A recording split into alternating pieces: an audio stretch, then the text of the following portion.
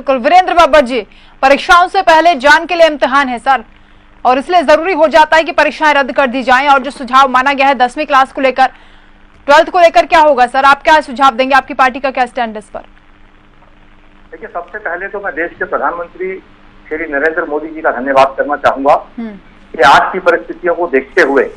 जिस प्रकार से केवल दिल्ली में नहीं पूरे देश में जिस प्रकार से 10वीं और 12वीं के चुनावों को 10वीं और 12वीं के जो एग्जाम है उनको जिस प्रकार से 10वीं के एग्जाम कैंसिल किए गए और 12वीं को अभी पोस्टपोन कर दिया गया है, निश्चित रूप से आज ये देश की वास्तविक आवश्यकता थी, जरूरत थी, जिसे हमारे देश के प्रधानमंत्री जी ने समझा है। और जहां तक बात है, न केवल कैंसिल किया गया 10वीं के एग्जाम को, साथ ही अगर कुछ बच्चों को यह लगता है कि भाई जो हमारे पिछले मार्क्स के आधार पर जिस प्रकार से ये तय हुआ है कि पिछले मार्क्स के आधार पे जो बच्चों की पिछली परफॉर्मेंस थी उसके आधार पर बच्चों को नंबर देकर के प्रमोट किया जाएगा, आगे बढ़ा जाएगा।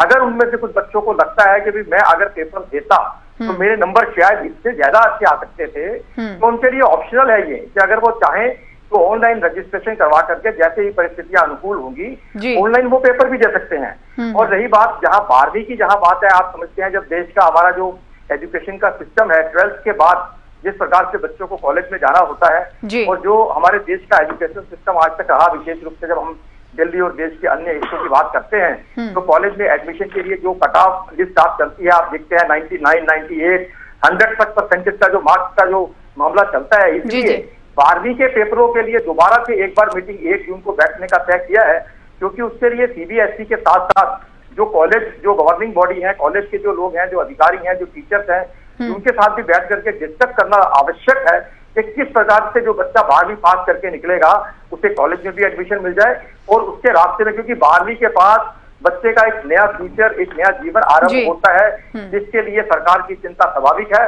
परंतु निश्चित रूप से जिस प्रकार की भी परिस्थितियां होंगी, जैसे भी हालात होंगे, देश के प्रधानमंत्री इस बात को समझते हैं कि देश के लिए क्या आवश्यक है किसी भी छात्र के लिए, क्योंकि 25-26 लाख तो स्टूडेंट केवल 12th के लिए बैठते हैं। मैं बताऊं आपको, पूरे देश की मैं बात कर रहा हूँ, दिल्ली की बात नहीं कर रहा। इसी प्रकार से सबकी जान भी रहे, बच्चों